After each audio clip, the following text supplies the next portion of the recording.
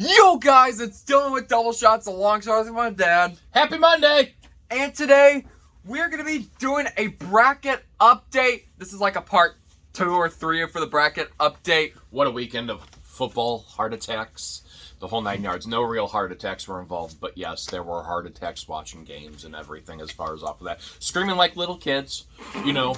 It's what happens when there's football around and everything. Would you agree on that? Probably. So let's go ahead and start this off. And before we go on, if you guys like our content, smash that subscribe button as we are inching closer to 500 subscribers. Smash that like button. Comment if you want to see something else. Comment down below who you think is going to be winning the AFC Championship games. Yeah, now that we have those deadlocked and everything. So let's go ahead and start with the Bengals versus Titans game. What did you think about that game to start off before I give my breakdown? Oh my god. Burrow, what do we have to say about you? 9 sacks! Almost 10. Correct me if he did have... No, he had 9.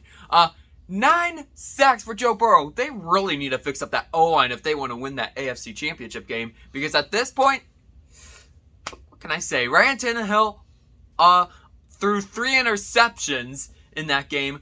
That third interception is probably what killed the Titans' season because it bobbled, I believe, off of the Titans player and it went to a Bengals player. And then at 4 seconds remaining, they kicked a field goal and the Bengals won. And this is their first AFC Championship game since the 1988 season, or in other words, 1989 playoffs. And me, I'm kind of dumbfounded on that game. I honestly don't know what to say. After watching, don't get me wrong, the Titans had a week bye week. Did that hurt them? I mean, Tannehill looked lost when he was playing the game. 3 interceptions given up by him. A big game. Here they are. They're rested against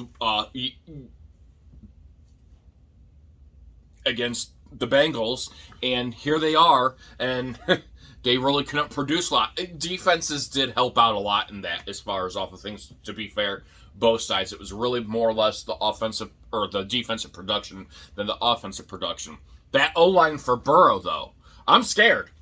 I'm scared, honestly, because sacked 9 times in a game to go to it's kind of baffling the numbers being put up. It really is. Defense really kept both those two teams in that game, got Cincinnati to win, and it was by a field goal margin to go ahead and win that game. So congratulations to them. When we go to our prediction of what we think between the Bengals and Chiefs, what they have to do, we'll talk about that here shortly when we get into that.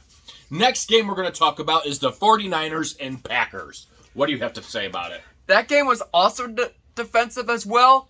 Really close. San Francisco blocked a field goal and a punt. That's probably why they won. Also, with 4 seconds remaining, they kicked a field goal and they won 13-10. Yeah.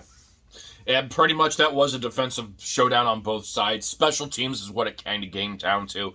As Aikman and Buck said it, or actually Aikman had said that special teams was something, blocking Mason Crosby's field goal, that was huge, and then the punt that really put him back, the block punt, they were able to recover, get the touchdown off of that, really helped them out, and Garoppolo was able to move it down to get the field goal.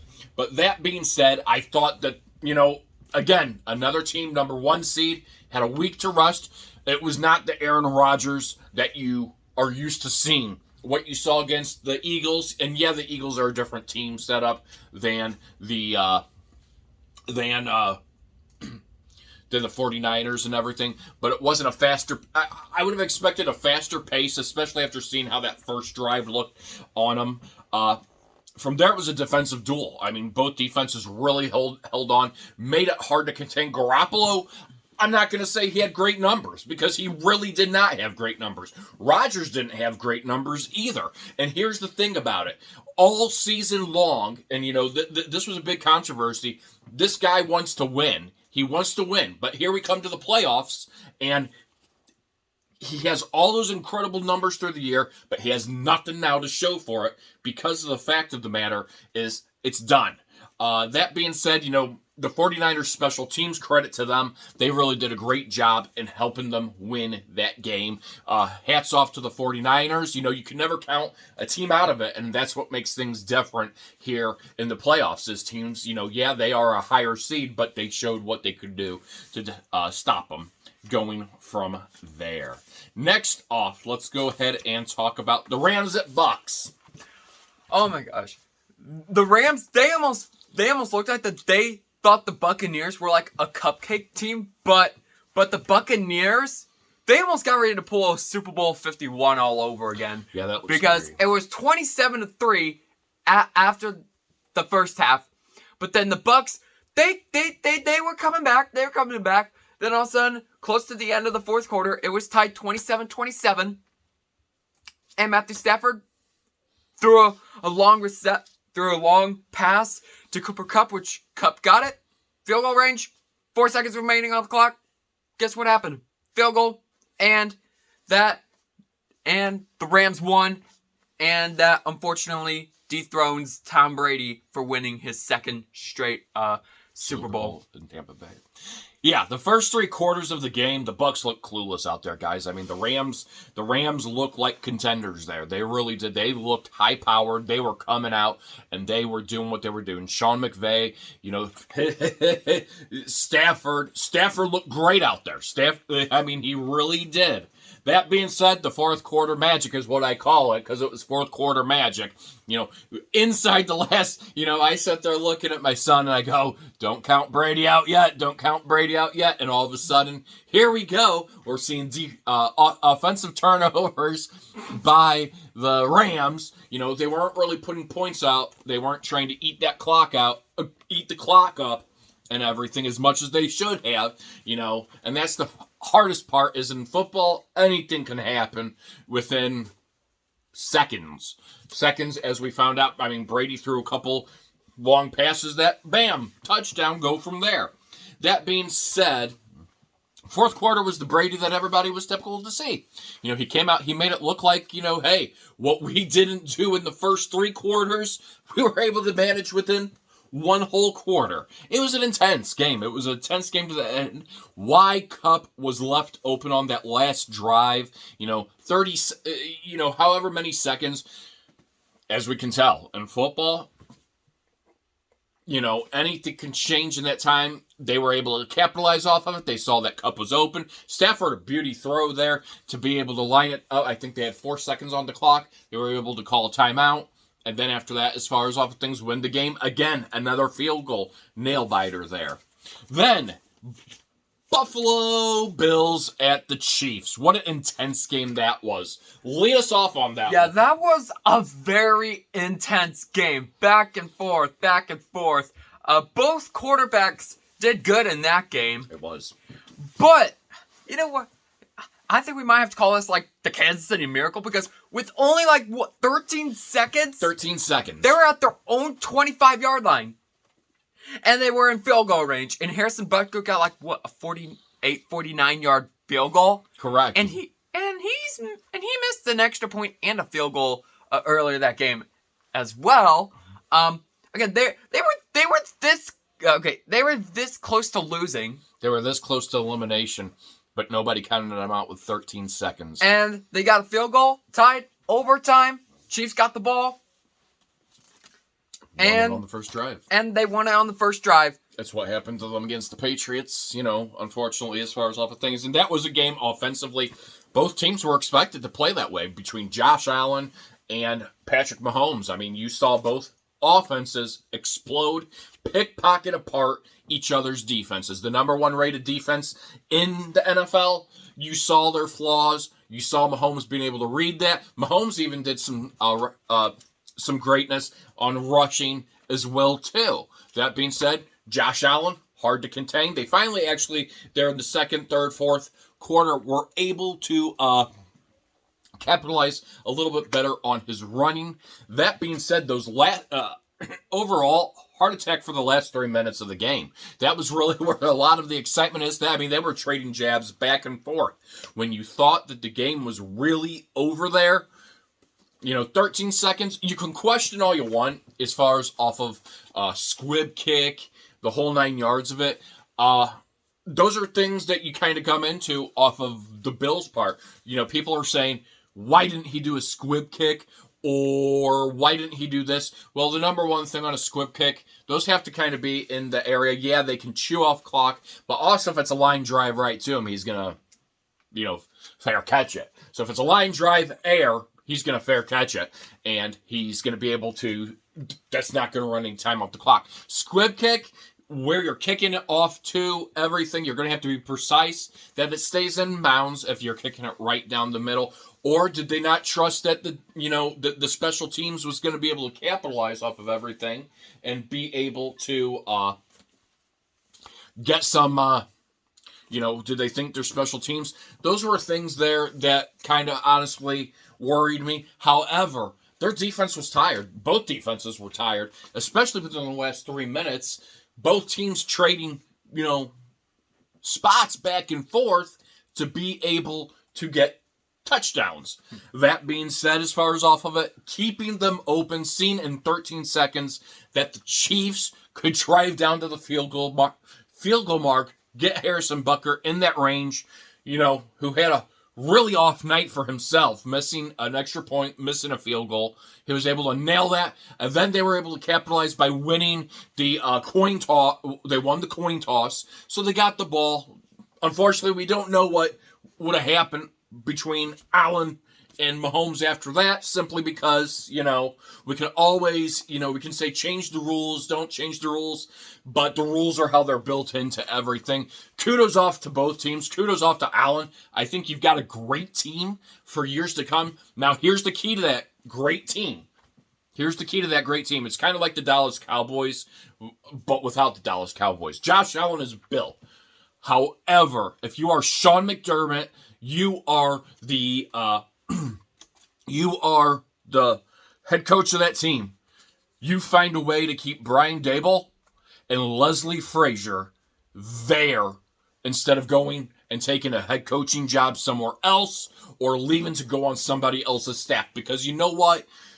They have done remarkable. Dable with Josh Allen, he's done a great job controlling that team offensively, where Josh Allen's development is at, and you don't like to always have to go through a new coordinator. You don't.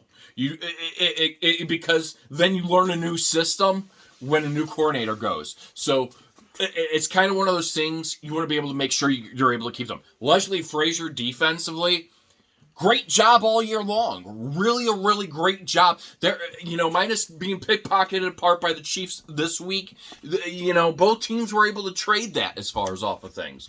So, that being said, you find a way to keep that guy as your defensive coordinator because you have a great defense. They have a great team. I would love to see them, many more years of that.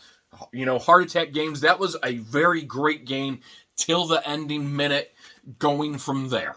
So, that's that.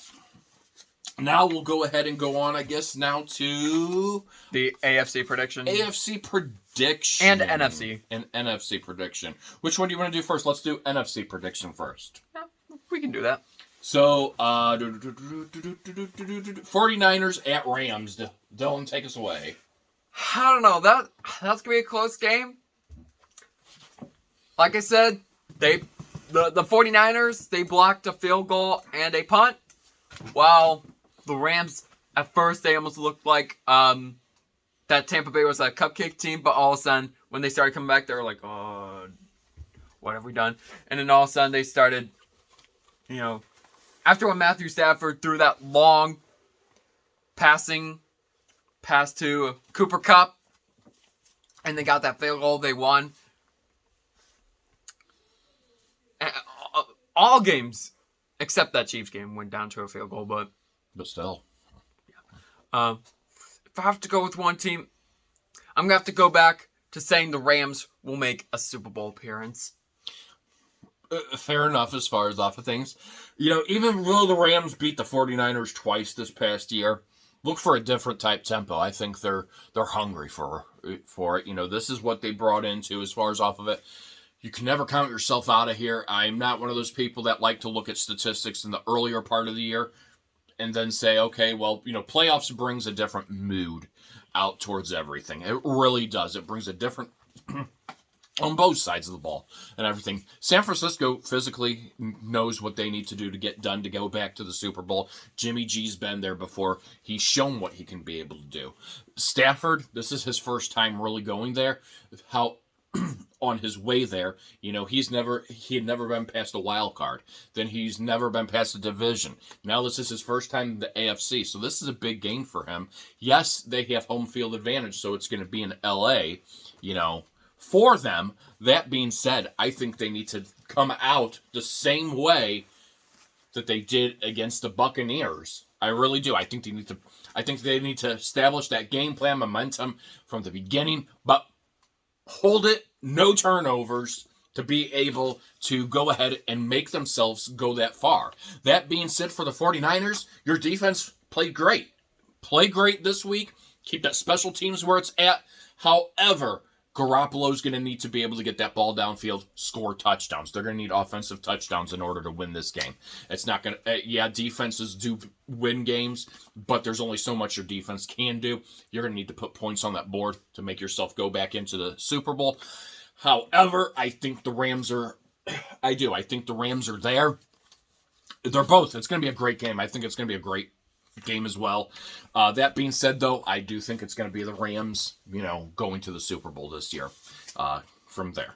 Now let's go on to the Bengals versus Chiefs. Your pick and what has to be done on Actually, before we go on my pick, for the Rams, they will be the second ever team to host the Super Bowl. If they do advance the Super Bowl, they will be the second ever team to host at their home venue. Mm-hmm. Because the Buccaneers did it last year. All right, now for the Bengals and Chiefs.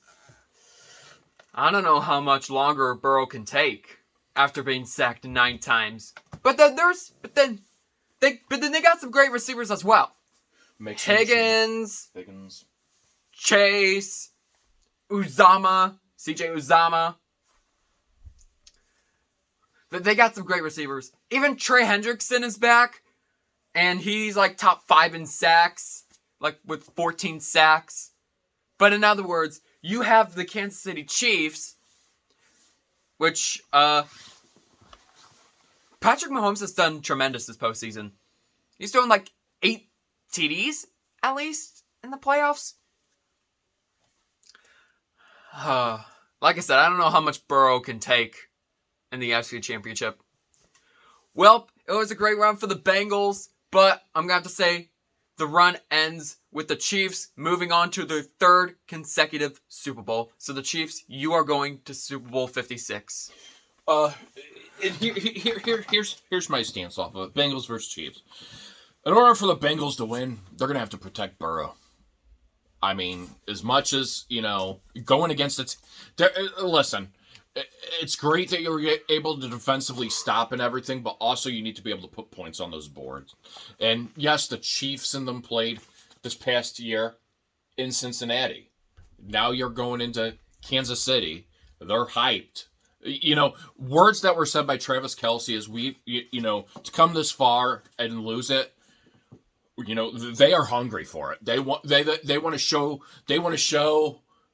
the NFL that they learned from what happened last year. There's positive momentum. I mean, it's anybody's game when you come out to it. No doubt about that. 100%. It's anybody's game. Defensively, or offensively, Burrow's going to have to be protected. I mean, 9 sacks. And don't get me wrong, the Chiefs, what are they going to have to counter that? Their defense is going to have to be spot on to that. They're going to hopefully they have Tyrann Mathieu back. Speaking of that, that was a big blow coverage, and that's why the Bills were able to capitalize a lot off of that defense where Tyrann Mathieu was not. Yeah. Hopefully he clears concussion protocol and everything, and he's back, because that's a big part of that coverage on the defensive zone that hopefully they have him back for, so hopefully he's healthy to go ahead and play that. Defense for the Chiefs is going to have to be spot on that game. I mean, they really are.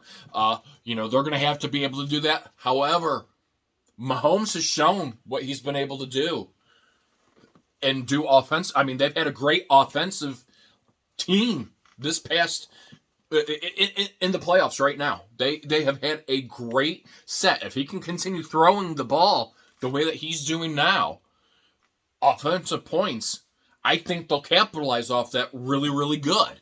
That being said, as far as off of things, I mean, offensively and defensively, I think the Chiefs want to be there. Burrow wants to be there. Yeah, he's shown what he can do. And again, 9 sacks. 1 sack, 2 sacks, 3 sacks.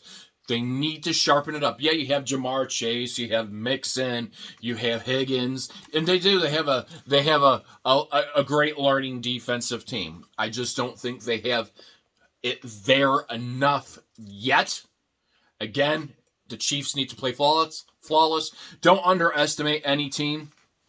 Don't come out too cocky or anything of that nature. And I think, again, the Chiefs are going to go off to the Super Bowl, and it will be the Chiefs and Rams in the Super Bowl this year. So it should be really, really exciting to go ahead and see how these really turn out. So far, my bracket has been busted, minus the Chiefs. So far, he's actually kind of correct on his bracket. Minus the first 3 divisional round games, except the Chiefs. And he had the Rams and Chiefs playing in the Super Bowl. But it was a great week of football. It really was. All of them came down to within a field goal or the 1 touchdown overtime going from there. Really, really good week overall. Very excited to see what was done and go from there. I'm really excited to see the AFC Championship and the NFC Championship games next weekend, and I will be excited. We will be excited to go ahead and bring you our Super Bowl prediction. What broke down? What happened? What we feel between both teams. Another thing for the Chiefs, Eric Bieniemy. He's a hot pick to become a head coach this year as well too. You try to keep him. I mean, the guy, kudos, deserves to be a head coach somewhere.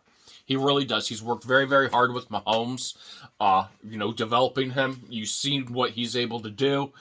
If he takes a head coaching job somewhere, congratulations. He really deserves to be in that position to go ahead and do it and go from there. I mean, and Andy Reid himself, he has developed, his team in Kansas City, what a year for them as well. But very, very congratulations to all the teams. The Bengals, the Chiefs, the 49ers, the Rams. You're in a position where it's anybody's game right now. I mean, it really is. Should be exciting to see what happens this week. All right, and that will conclude for today's video. Again, if you guys like our content, smash that subscribe button as we are inching closer to 500 subscribers, and I need your guys' help for us to get there. Smash that like button. Comment if you want to see something else. Comment down below, again, who you think will win the AFC and NFC championship games to advance the Super Bowl. And until then, I will see you guys next time. Peace out.